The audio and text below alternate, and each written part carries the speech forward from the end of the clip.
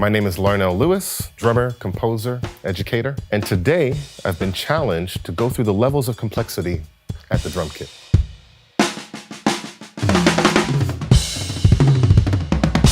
This instrument has existed for over 100 years. There have been tons of interpretations on it. Just for today, though, we're gonna hang out in my world, and we're gonna go through my interpretation of complexity on the drums. So level 1 is the bass drum.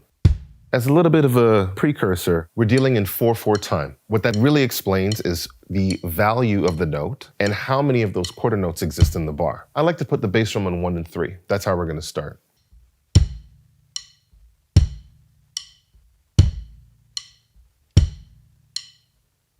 Level 2, we're gonna add the snare drum. I like to consider the snare drum the backbeat. That's a very common phrase that you'll hear in drumming. It's similar to clapping. We're gonna put the snare drum, or your clapping, on beats 2 and beats 4. And that sounds like this.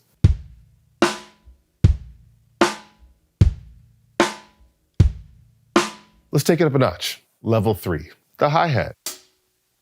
This is a really interesting kit piece, meaning one of the parts of the drum kit. And for the hi-hat, it's something that you can do consistently. We're gonna actually play the hi-hat on all 4 quarter notes. Now, let's put it all together.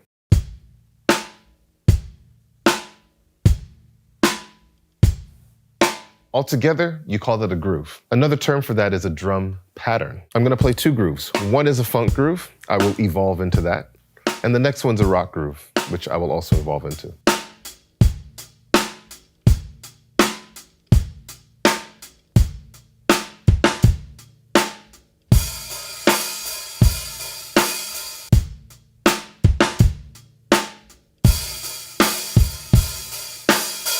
You may have noticed with the hi-hat, you were hearing a really sloshy, extended sound. That was actually being achieved by me raising my left foot just a little bit, which allows the cymbals to spread apart and gives them that shimmering, sizzling sound. So when I say open hi-hat, when I say closed hi-hat, all right. Beats that we've been hearing are these quarter notes, and I'm playing what are called additional eighth notes, but I'm accenting those as well.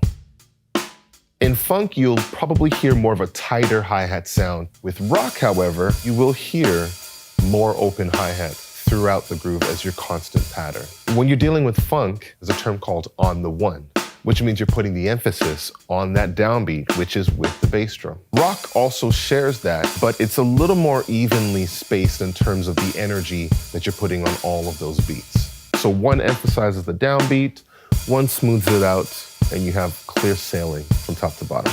It might feel like it's a completely different style, but they are neighboring styles. And the complexity might just be in the way that you play them. But the patterns themselves aren't always more complex in one way than another. To help us lock in this groove a little bit more, we should add some music. This is a song of mine called Change Your Mind. It's a little bit faster. Get ready. Let's go for a ride.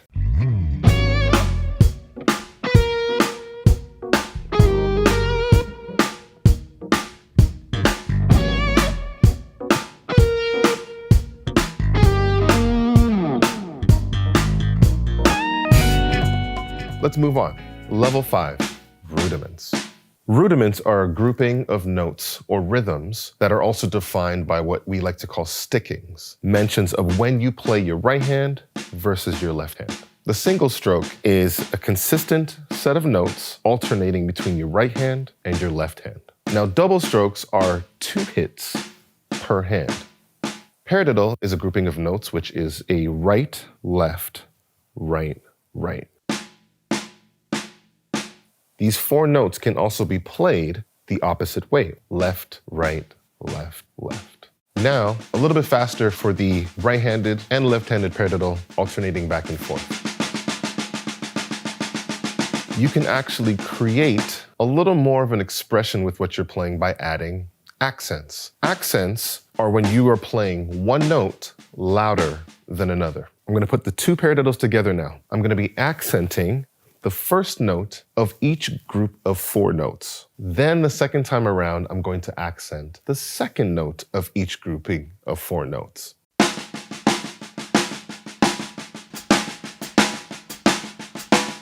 I just want to talk a little bit about the hi-hat bark. where we are lifting our foot up, hitting the hi-hat, and then closing our foot right back down again.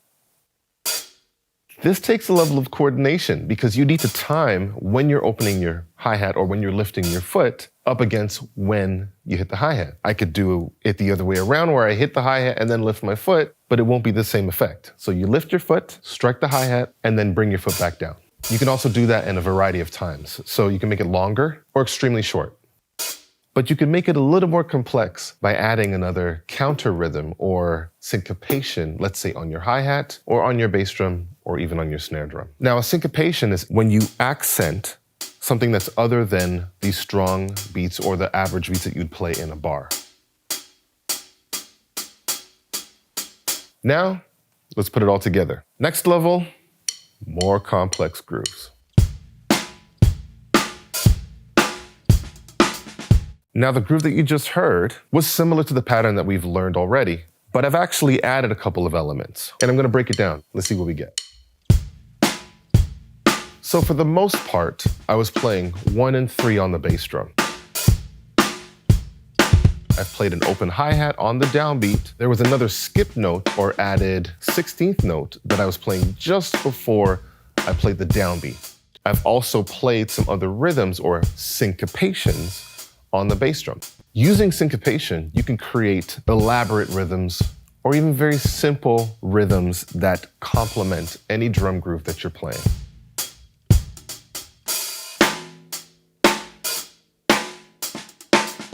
I actually snuck a paradiddle in there. Right hand on the hi-hat, left hand on the snare. Next level, polyrhythms. Now, polyrhythms is next in the level of complexity, really because it takes just a little bit more than a level of our understanding of coordination. A polyrhythm is actually 2 rhythms layered on top of each other. It makes for a really interesting pattern that you hear overall. The most standard version of a polyrhythm you'll hear is the 3/2. Another one is the 4/3. So I'm gonna go from 2/3, and then I'm going to go to 4/3.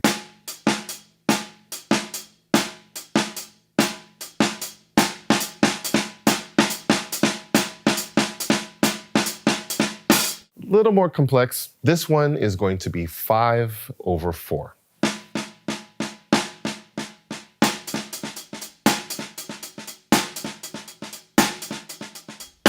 Now, for the purpose of making sure that we understand what this sounds like in a musical context, we're gonna add the music again.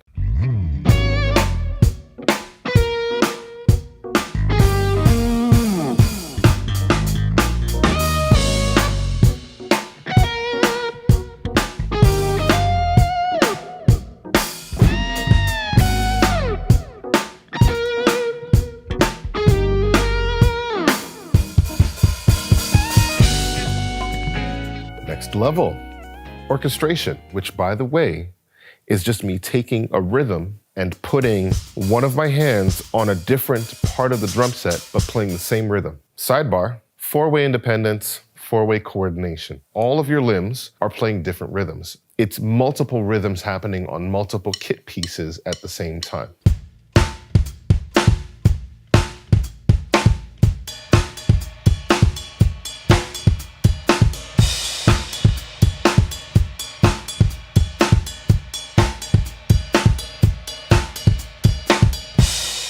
We've built a solid base through the rhythm, through rudiments, polyrhythms.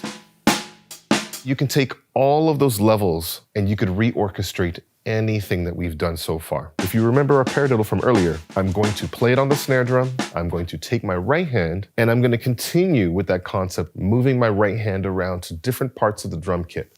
First tom, second tom, this other drum that I have here, which is a snare drum, my floor tom, and of course, we can't forget the rest of the kit, crash cymbals. I have another one that's a similar crash cymbal, has a bunch of holes in it, so if I play it very lightly, I get a really nice sizzle. This is called a splash.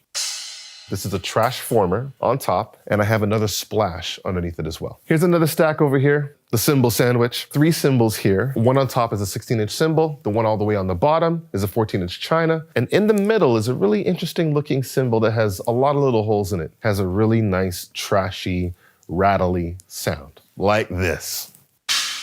And you can't forget the ride cymbal. Now, let's put this drum kit to good use. Paradiddle, reorchestrating, right hand moving around to the different kit pieces.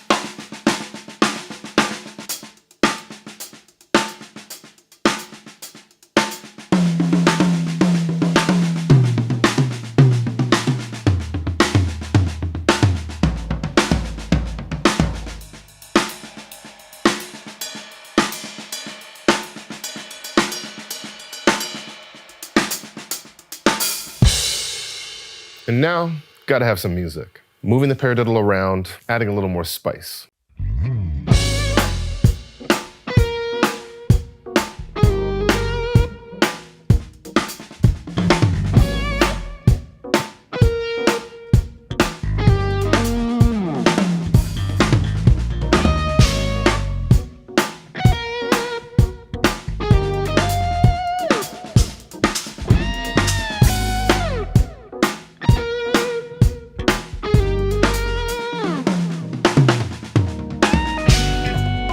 The beauty of orchestration is that it gives you a ton of options without needing to change too much rhythmically or with the rudiments that you're actually playing. It actually moves you right into the next level, which is drum fills.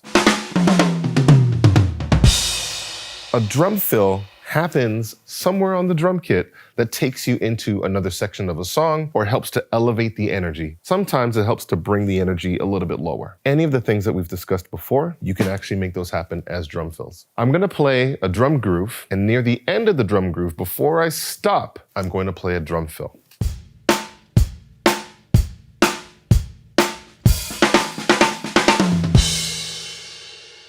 Here's another example of that.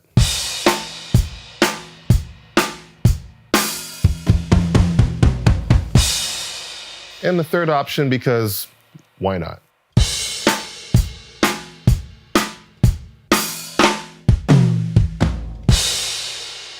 That's the power of drum fills. The first one was probably a little more complex in terms of it had more rhythms going on. The second one didn't have as many rhythms and it stayed on a couple of kit pieces. And of course, the last fill that I did was really sparse, meaning there wasn't a lot of information, a lot of drumming happening, and it gave that sense of going down a gear or we were about to get a little bit slower. Now for something a little more advanced, a 30-second note drum fill.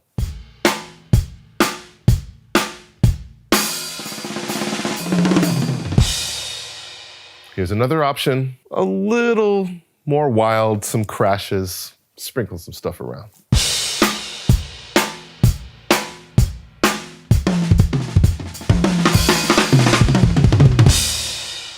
Moving on from drum fills, we have embellishments. Some people might think embellishments belong just a little bit earlier, but I actually like to add embellishments or ornamentation after understanding drum fills. When you know how to play a drum fill, you can always push the envelope and embellish a certain part of the drum fill. It's really just that added expression to the moment to take it up another notch. I'm actually going to level up a drum pattern into a drum fill with more embellishments as I go along. There was a lot of improvised information and playing happening. I started out with a main pattern, and the type of things that I did were to break up the monotonous flow.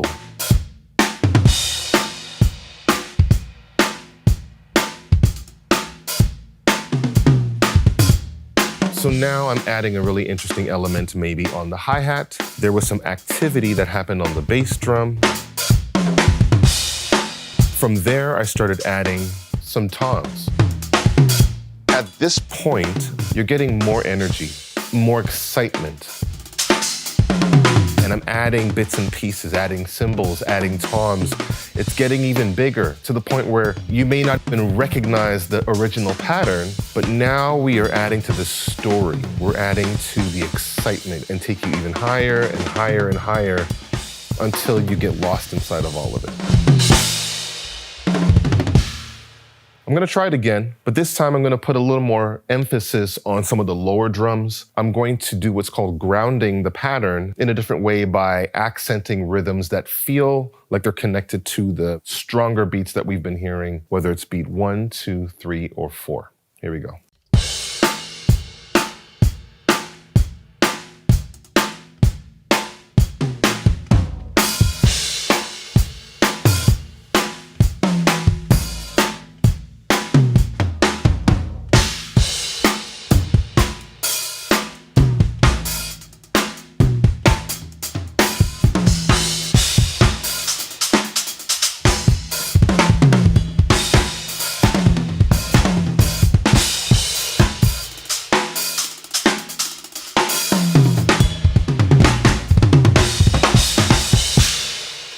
I was grounding the overall pattern by playing eighth notes on the floor toms so that you felt this really big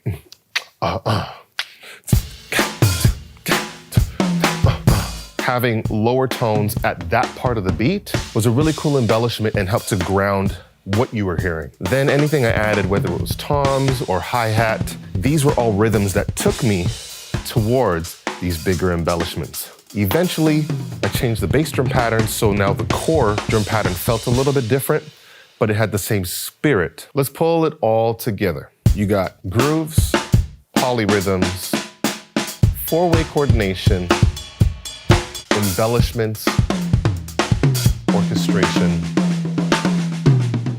So many of these things are going to come together in a drum solo. What you're about to hear is the last and final vamp section of Change Your Mind going into the drum solo.